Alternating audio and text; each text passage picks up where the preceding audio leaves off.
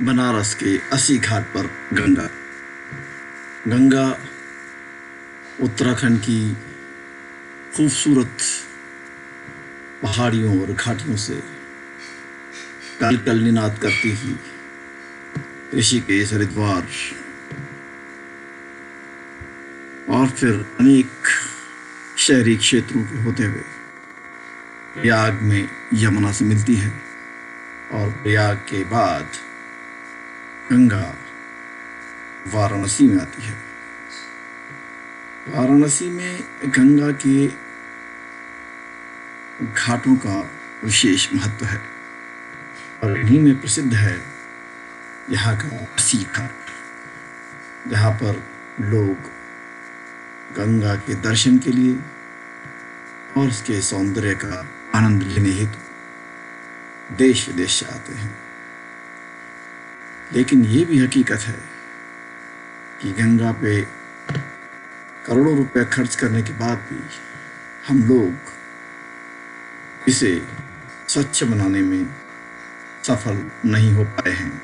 हालांकि आध्यात्मिक तौर पर गंगा हमारी माँ है और एक स्वच्छ नदी है। अस्सी घाट पे गंगा को पार करने के बाद हमें जो वहाँ के कुछ दृश्य दिखाई दिए वो बहुत अच्छे नहीं थे। हालांकि ये भी कहना होगा कि बनारस के घाट पूर्व की तुलना में ज़्यादा साफ सफाई वाले थे। सड़कें बनी हैं, घाटों का निर्माण हुआ है, लेकिन नदी पार कर जब हम जाते हैं, यहाँ पर रेतीला क्षेत्र है जहाँ पर ऊंट, घोड़े और अन्य छोटी छोटी दुकानें खुल गई हैं। वहाँ पर अभी भी गंदगी विद्यमान है और कई बार मरे हुए पशु भी दिखाई देते हैं जो बदबू फेंकते हैं। हाँ भैया, कौन सी वाली चाय दे रहे? लेमन मसाले वाली चाय। लेमन वाली नहीं है? हाँ, लेमन वाली। कितने का है? 5-10। 5-10 में? 5 रुपए वाला भी है, 10 वाला भी है, वही। अच्छा, मतलब अलग अलग रेंज की है तो आप नहीं, गिलास देखिए 5 है, 10 है। अच्छा ना, 10 रुपये वाला दीजिए, वही। 2 गिलास।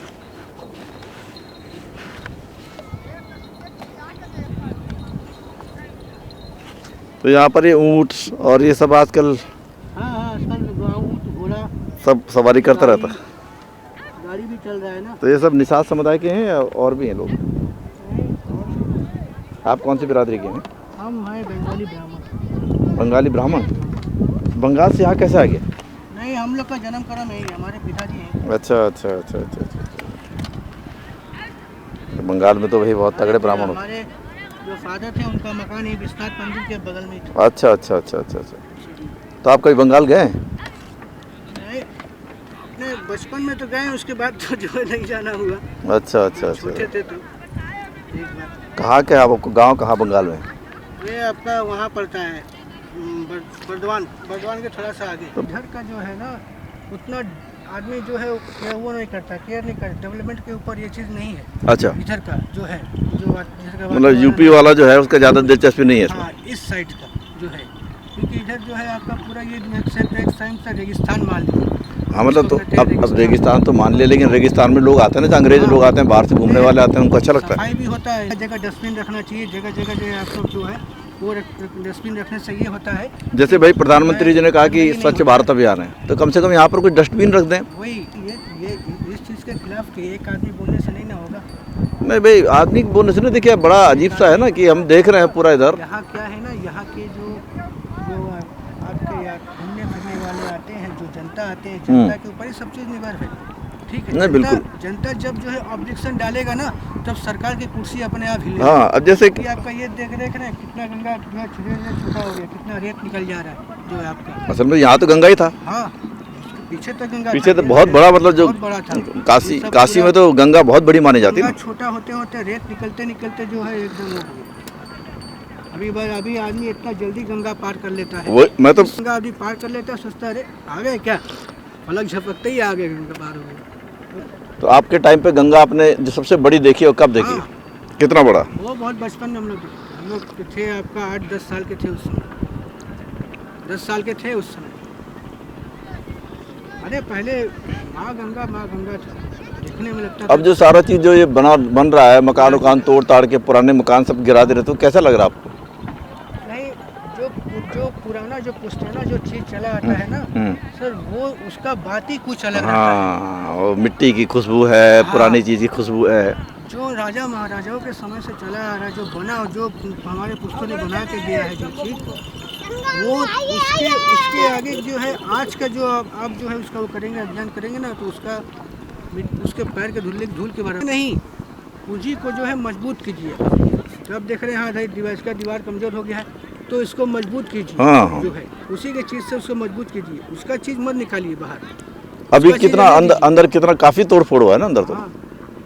तो अगर इसका आपका ये विश्वनाथ मंदिर हो गया जी, विश्वनाथ मंदिर में जितने पुराने सब रहने वाले थे, आज जिसका पुश्तैना वहाँ पे 7 पुश्तैना बीत गया, वो वैसे आदमी को उठा के फेंक दिया गया वहाँ से। अच्छा, तब अरे बाप, तो गलत बात है। वैसे आदमी को उठा के फेंक तो बनारस की खास बात तो बनारस के लोग ही तो होंगे ना, उनको हटा के कोई बाहर के थोड़ा ट्रेन करके ला उनको सकते। मुआवजा, उनको जो है लालच दिया गया कि हाँ आपको इतना दे रहे हैं, आप जो है यहाँ से हट जाइए, आप इससे अच्छा जो है बना सकते हैं। गंगा को भारत की जीवनदायिनी नदी भी कहा जाता है। बनारस में गंगा का सौंदर्य अप्रतिम था, लेकिन आज उसका पानी हमारे इंजीनियरों और शासकों की मर्जी के हिसाब से कम और ज्यादा होता रहता है। गंगा पर इतने बांध बन चुके हैं कि जब पानी संभालना उनके बस का नहीं तो नदी में डाल दिया जाता है। और इसीलिए लोग कहते हैं कि मानसून के मौसम में गंगा भयानक रूप धारण कर लेती है। यदि हम गंगा के सौंदर्य का आनंद लेना चाहते हैं तो ये हमारा कर्तव्य है कि इसके आसपास के क्षेत्र में सफाई रखी जाए, गंदगी न फैलाई जाए और प्रशासन का पूर्ण ध्यान इस ओर जाना चाहिए, क्योंकि गंगा के उस पार जो हमने देखा वो बहुत दर्शनीय नहीं था। लोग अपना कूड़ा कबाड़, प्लास्टिक की बोतलें और मरे हुए पशु भी वहां दिखाई दिए। बनारस के अगर एक सबसे प्रमुख घाट के सामने की यह तस्वीर है तो फिर बाकी स्थानों पर स्थिति कैसी होगी, इसकी हम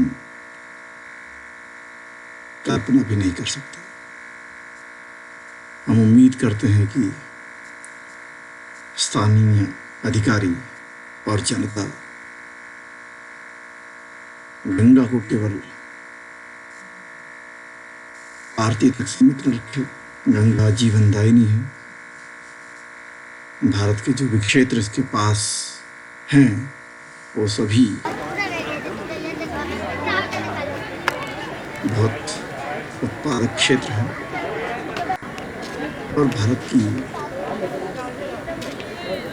ये नदी हमारे देश को सींचती भी है और जीवन दान भी देती है। इसलिए इसका संरक्षण और इसको स्वच्छ रखना हम सबकी जिम्मेवारी है। गंगा यदि स्वच्छ और साफ रहती है तो हमारे घाटों और नगरों का भी सौंदर्य बढ़ेगा और ये सबके लिए अच्छा होगा।